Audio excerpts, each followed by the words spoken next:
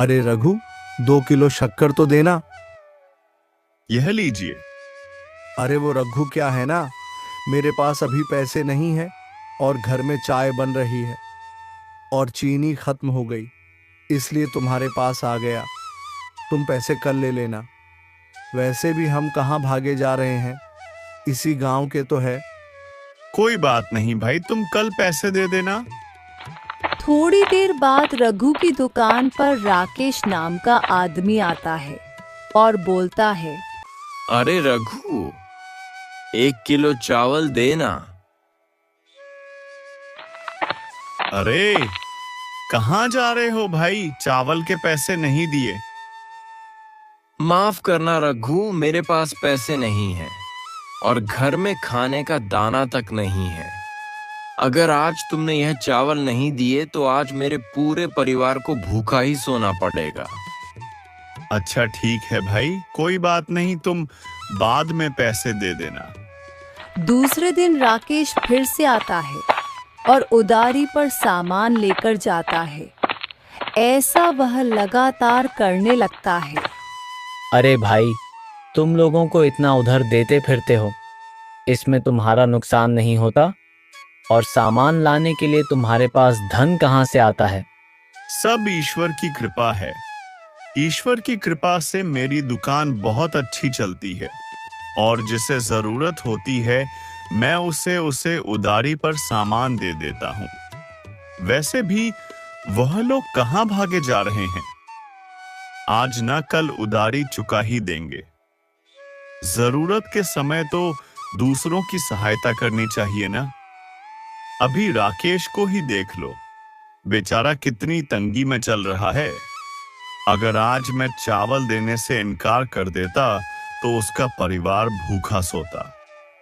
रघु, तुम बहुत भोले हो। शायद तुम नहीं जानते राकेश के पास पैसे होते हैं, लेकिन वह जानबूझकर तुम्हें पैसे नहीं देता। वह तुम्हारी अच्छाई का फायदा उठा रहा है। क्या बात कर रहे हो भाई? मैं बिल्कुल सही कह रहा हूँ। कल ही राकेश ने नया पंखा लिया है और हमारे गांव में शर्मा के लड़के की शादी है ना, उसकी शादी के लिए तो उसने नए कपड़े तक बनवा लिए और तुम कहते हो कि उसके घर में खाने तक को अनाज नहीं। वह तुम्हें बेवकूफ बना रहा है और तुम बन रहे हो। वह बड़ी चालाकी से तुमसे सामान लेकर जाता है। अच्छा तो ये बात है, कल आने दो, उससे बताता हूँ। यह क्या, तुम आज भी मुफ्त में सामान लेकर आ गए? हाँ भाग्यवान, हमारे गांव में रघु नाम का जो बकरा है वह रोज मेरी बात में आ जाता है। मैं उसके सामने थोड़ा सा रो देता हूँ और वह मुझ पर तरस खाकर उधारी पर मुझे सामान दे देता है। लेकिन ऐसा कब तक चलेगा? वह कब तक तुम्हें सामान देगा?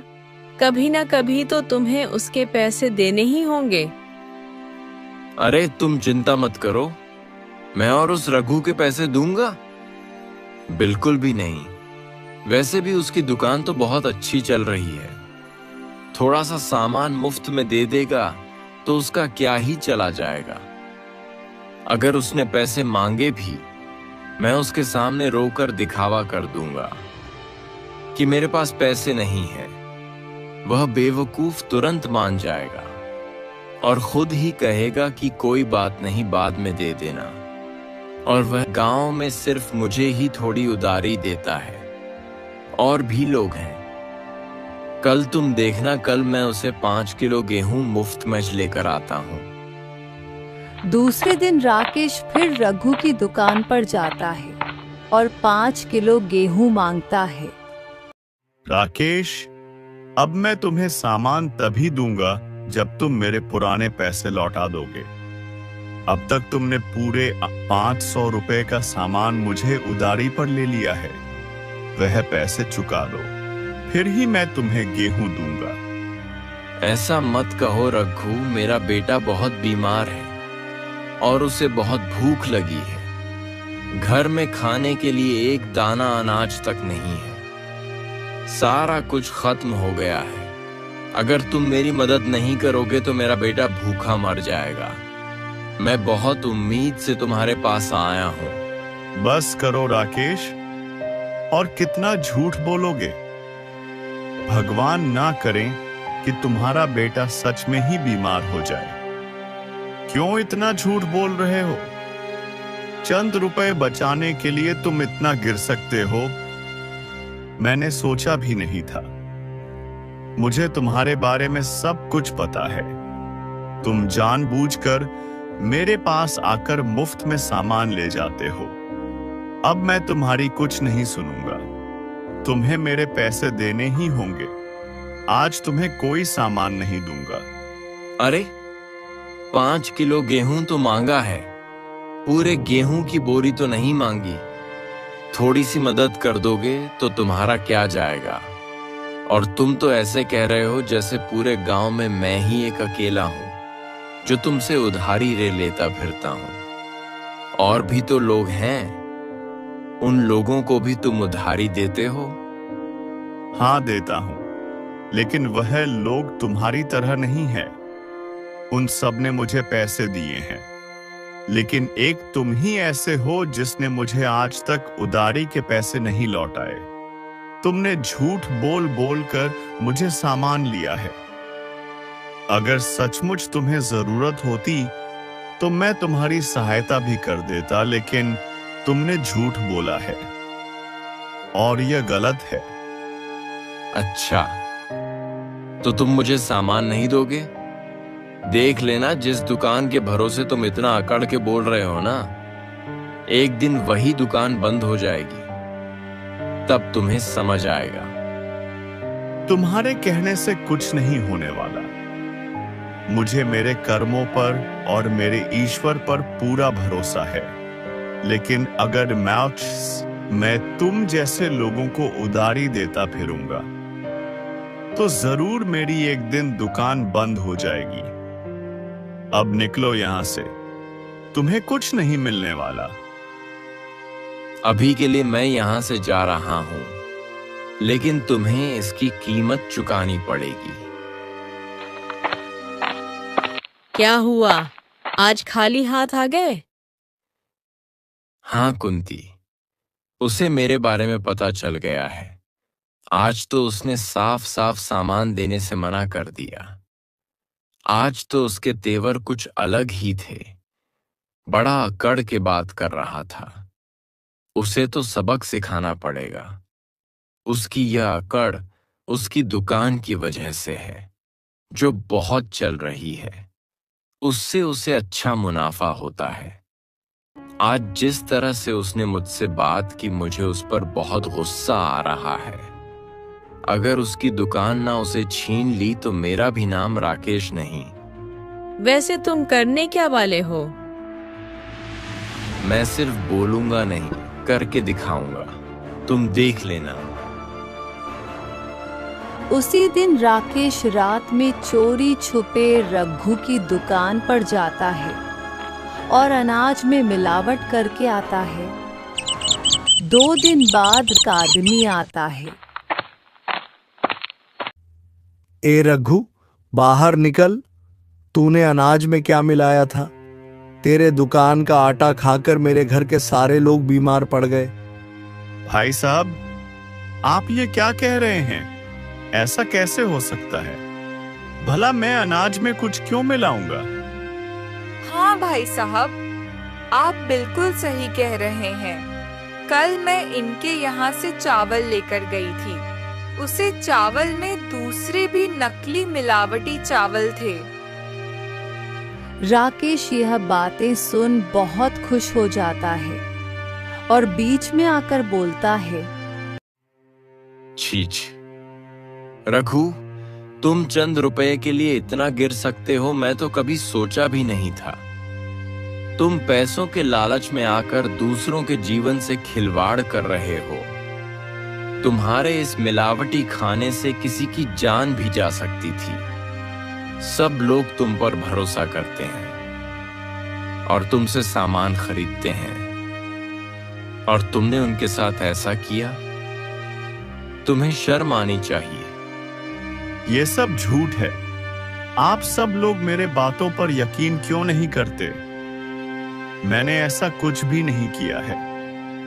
मैं इतने सालों से दुकान चल रहा हूं। मैंने बहुत ईमानदारी से यह दुकान चलाई है। मैंने कभी बेईमानी नहीं की। झूठ मत बोल। अब सबको तेरी सच्चाई पता चल गई है। अब तेरा झूठ बोलने का कोई फायदा नहीं। भाई लोग देख क्या रहे हो? इसने हमारे बच्चों की जान से खिलवाड़ किया है।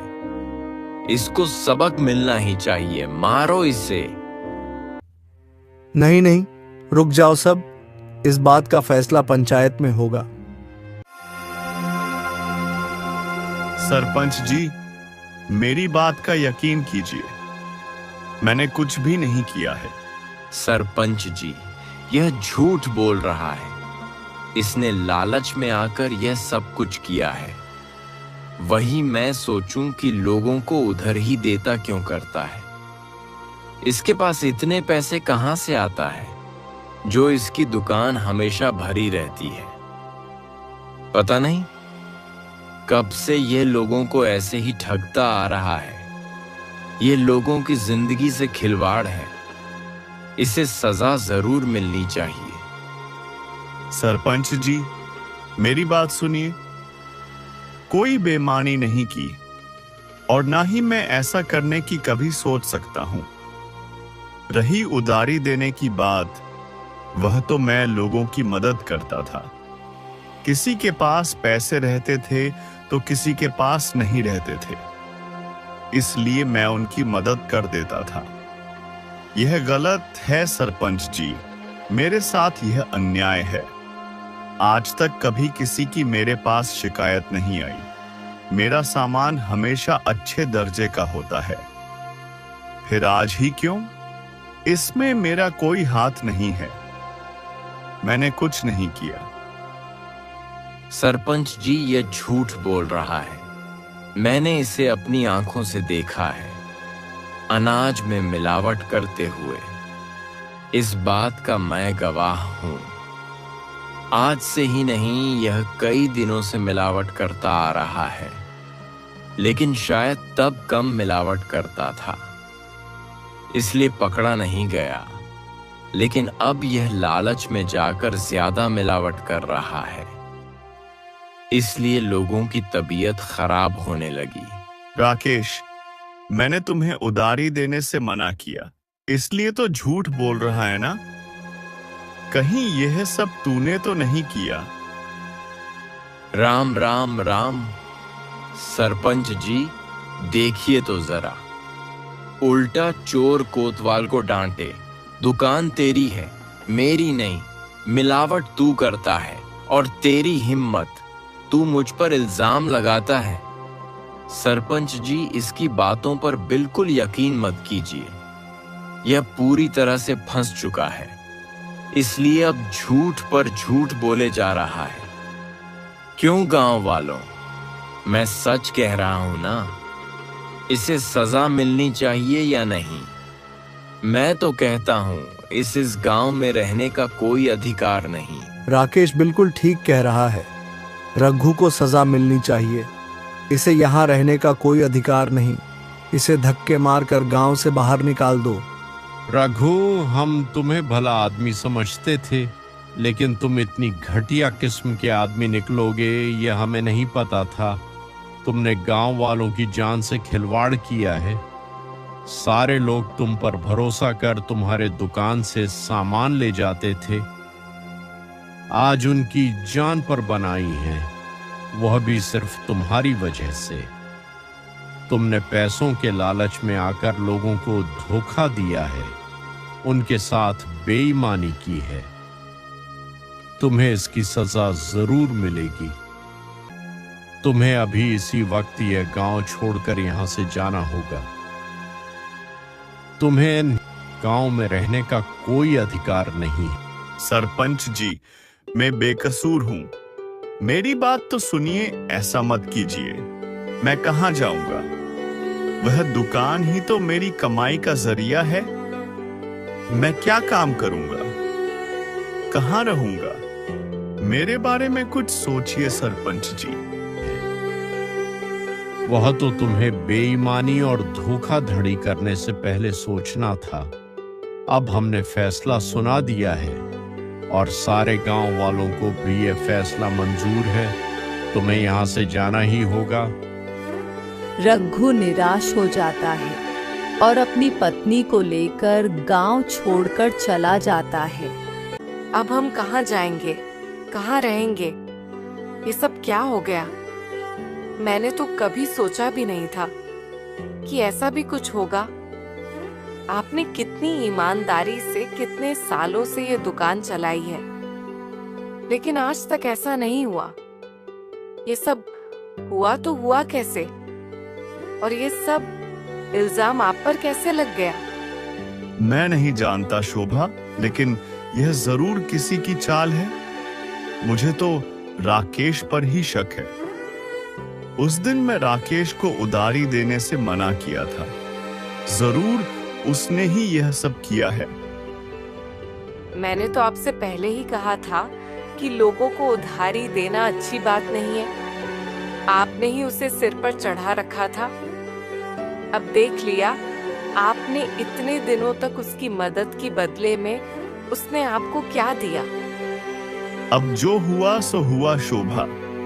हमें अपने रहने का इंतजाम करना होगा। शोभा और रघु दूसरे गांव में जाकर रहने लगते हैं। कुछ दिन ऐसे ही बीत जाते हैं।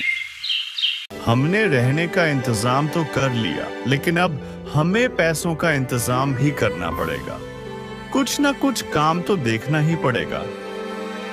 सुनिए जी, मैं क्या कहती हूँ, मैं समोसे बहुत अच्छे बना लेती हूँ। मैं समोसे बनाकर आपको दे दिया करूंगी और आप बाजार जाकर उन्हें भेज दिया करना। उससे हमें कुछ पैसे मिल जाएंगे। हाँ शोभा, तुम बिल्कुल सही कह रहे हो। हम यही करते हैं। शोभा रघु को समोसे बनाकर देती है और समोसे लेकर रघु बाजार में बेचने के लिए बैठ जाता है। समोसे ले लो, गर्मा गर्म समोसे। स्वादिष्ट समोसे एक बार खाओगे तो बार बार आओगे। समोसे ले लो। अरे भाई, समोसे तो देना। ये लीजिए भाई साहब, खाकर देखिए। बहुत स्वादिष्ट है, आपको मजा आ जाएगा। अरे वाह, तुम्हारे समोसे तो वाकई में बहुत स्वादिष्ट है। खाकर मजा आ गया। बहुत अच्छे। ये लो तुम्हारे पैसे। रघु के यहाँ ग्राहक आने लगते हैं और इस दिन उसकी अच्छी कमाई होती है। शोभा भी बहुत खुश हो जाती है। दूसरे दिन फिर रघु बाजार में समोसे बेचने जाता है। तभी वहां पर राकेश आ जाता है। रघु के पास लोगों की भीड़ देखकर उसे बहुत गुस्सा आता है और बोलता है, अरे तुम लोग ये क्या कर रहे हो? इससे समोसे मत खरीदो।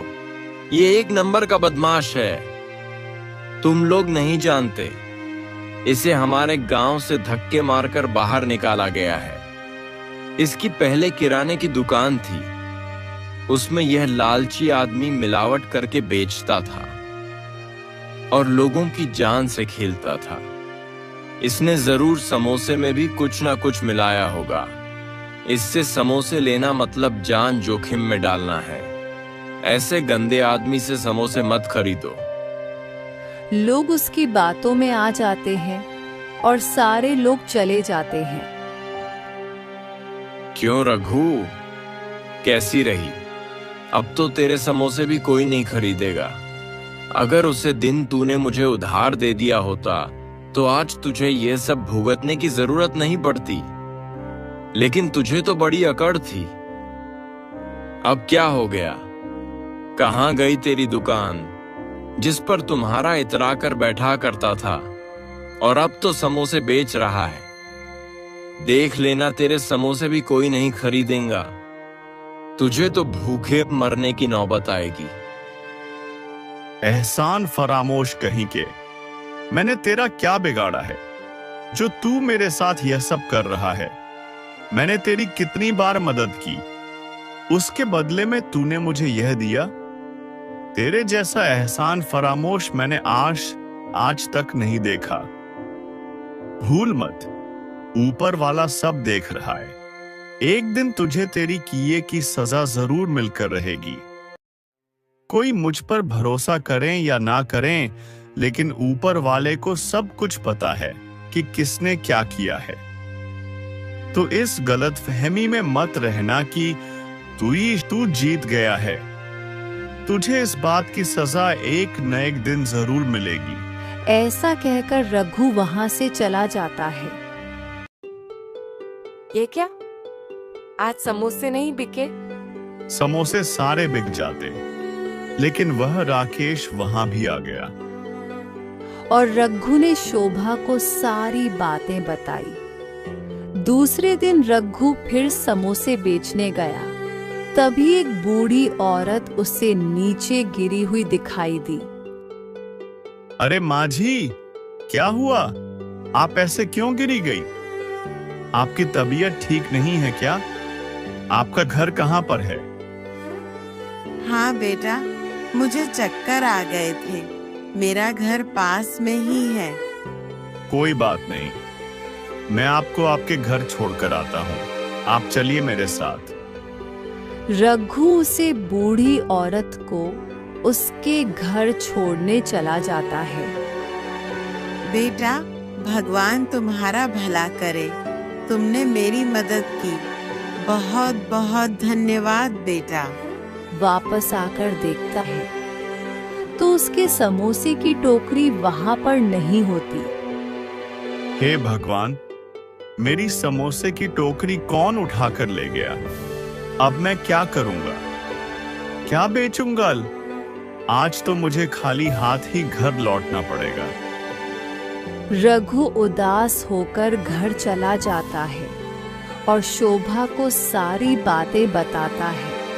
कोई बात नहीं जी, ऐसा समझ लीजिए कि ऊपर वाला हमारी परीक्षा ले रहा है। आप देख लेना, एक न एक दिन हमारे भी अच्छे दिन आएंगे। ये बुरा समय चल जाएगा। आप हिम्मत रखिए, सब ठीक हो जाएगा। दूसरे दिन रघु फिर से समोसे लेकर बाजार जाता है। तभी उसके पास एक आदमी आकर बोलता है, भाई, मुझे तुम्हारी मदद की बहुत जरूरत है। मेरी एक मदद करोगे? मेरे यहाँ बहुत सारे अनाथ बच्चे हैं, जिन लोगों का इस दुनिया में कोई नहीं। आज उनके खाने के लिए मैं कोई इंतजाम नहीं कर पाया। आज वह सारे बच्चे भूखे हैं। मुझे बहुत बुरा लग रहा है। क्या तुम मुझ पर उपकार करोगे? मुझे उन बच्चों के लिए यह समोसे चाहिए, लेकिन मेरे पास अभी पैसे नहीं हैं। जब भी पैसों का इंतजाम हो जाएगा, मैं तुम्हें दे दूंगा। लेकिन अभी के लिए कृपया मुझे यह समोसे दे दो। वह बच्चे भूखे हैं, भूख से तड़प रहे हैं। रघु को उसे पर दया आ जाती है और रघु बिना कुछ सोचे सारे समोसे उसे दे देता है। तुम्हारा बहुत बहुत धन्यवाद भाई। सच में तुम्हारा दिल बहुत बड़ा है। आज तुमने मुझे ये समोसे दिए हैं। देख लेना, एक दिन ऊपर वाला तुम्हें इसके बदले बहुत कुछ देगा। तुम्हें ईश्वर सदा खुश रखे। मैं चलता हूँ। फिर रघु आज भी खाली हाथ घर लौटता है। क्या हुआ जी? पता नहीं शांति, ईश्वर मेरी कैसी परीक्षा ले रहा है। आज भी मुझे कुछ नहीं मिला। आज मुझे एक आदमी मिला था जिसने अनाथ बच्चों के लिए समोसे मांगे। बेचारे भूख से तड़प रहे थे। मुझे दया आ गई, इसलिए मैंने सारे समोसे दे दिए। मुझे माफ करना शांति, आज भी मैं 1 रुपए तक नहीं ला सका। दोनों बहुत निराश हो जाते हैं। सुनिए जी, घर में तो अनाज बिल्कुल भी नहीं है। सुबह जो मैंने समोसे बनाए थे, बस वही 4 समोसे पड़े हैं। मुझे लगा आप आते समय अनाज लेकर आप आओगे, तब खाना बनाऊंगी। लेकिन आप तो आज भी कुछ भी नहीं लाए पाए। अब वो समोसे खाकर ही सोना पड़ेगा। बाहर तेज बारिश शुरू होने लगती है। तभी उनके घर एक बाबा आते हैं। बेटा, मेरी एक मदद करोगे? बहुत बारिश हो रही है। मैं इस बारिश में घर नहीं जा सकता। क्या मैं आज की रात तुम्हारे यहाँ रुक सकता हूँ? हाँ हाँ बाबा, क्यों नहीं, आप यहाँ रुक सकते हैं। वैसे भी बहुत तेज बारिश है, आप इतनी बारिश में कहाँ जाएंगे? आप यहीं रुक जाइए, हमें कोई आपत्ति नहीं है। फिर वह बाबा रघु के घर रुक जाता है। रघु बोलता है, बाबा, आपको भूख लगी होगी ना? हाँ बेटा, भूख तो बहुत लगी है। घर कुछ खाने को होगा तो दे दो। जी बाबा, मैं अभी लेकर आया। शोभा, मुझे लगता है जो समोसे बचे हैं वह भी हमारे हिस्से के नहीं है। अब यह बाबा जो आ चुके हैं, यह समोसे अब उनके हिस्से के हैं। घर आए मेहमान को हम ऐसे भूखे नहीं रख सकते, भले ही हमें भूखा क्यों न रहना पड़े। हाँ, बिल्कुल सही कह रहे हैं। एक काम कीजिए, अब यह सब समोसे बाबा को दे दीजिए। कोई बात नहीं, आज हम भूखे ही रह लेंगे। फिर रघु वह सारे समोसे बाबा को दे देता है और बाबा वह समोसे खाकर सो जाते हैं। दूसरे दिन सुबह जब रघु और शोभा आकर देखते हैं तो बाबा अपनी जगह पर नहीं होते। उनकी जगह पर सोने के सिक्कों से भरा मटका रखा होता है। दोनों यह देखें दंग रह जाते हैं। हे भगवान, इतने सारे सोने के सिक्के, और वह बाबा कहाँ गए? दोनों मिलकर बाबा को ढूंढने की बहुत कोशिश करते हैं, लेकिन बाबा उन्हें दूर दूर तक कहीं दिखाई नहीं देते। दोनों घर वापस आ जाते हैं। शोभा, इसका मतलब वह कोई बाबा नहीं, साक्षात हमारे लिए भगवान ही थे। उन्होंने हमें यह धन दिया है। आप बिल्कुल सही कह रहे हैं। मैं ना कहती थी कि ईश्वर हमारी परीक्षा ले रहे हैं। आपने हमेशा दूसरों की सहायता की है, हमेशा दूसरों के बारे में पहले सोचा है, हमेशा सच्चाई और ईमानदारी से अपना जीवन जिया है। भला ईश्वर आपके साथ बुरा कैसे होने दे सकते हैं? आज प्रभु ने हमारी सुन ली। आज उन्होंने हमारी सारी समस्याओं का समाधान कर दिया है। हे ऊपर वाले, आपका बहुत बहुत धन्यवाद। आपको कोटि कोटि प्रणाम है। उस दिन के बाद रघु की जिंदगी ही बदल जाती है। रघु अब बहुत बड़ा आदमी बन जाता है। उसके पास खेत खलियान, बड़ा सा घर, सब कुछ होता है। एक दिन रघु को एक आदमी भीख मांगता हुआ दिखाई देता है। रघु उसके पास जाकर देखता है तो वह आदमी कोई और नहीं, राकेश ही होता है। अरे राकेश, तुम्हारी ऐसी हालत कैसे हो गई? तुम भीख मांग रहे हो? राकेश रघु को देखकर चौंक जाता है। उसे बहुत बड़ा धक्का लगता है।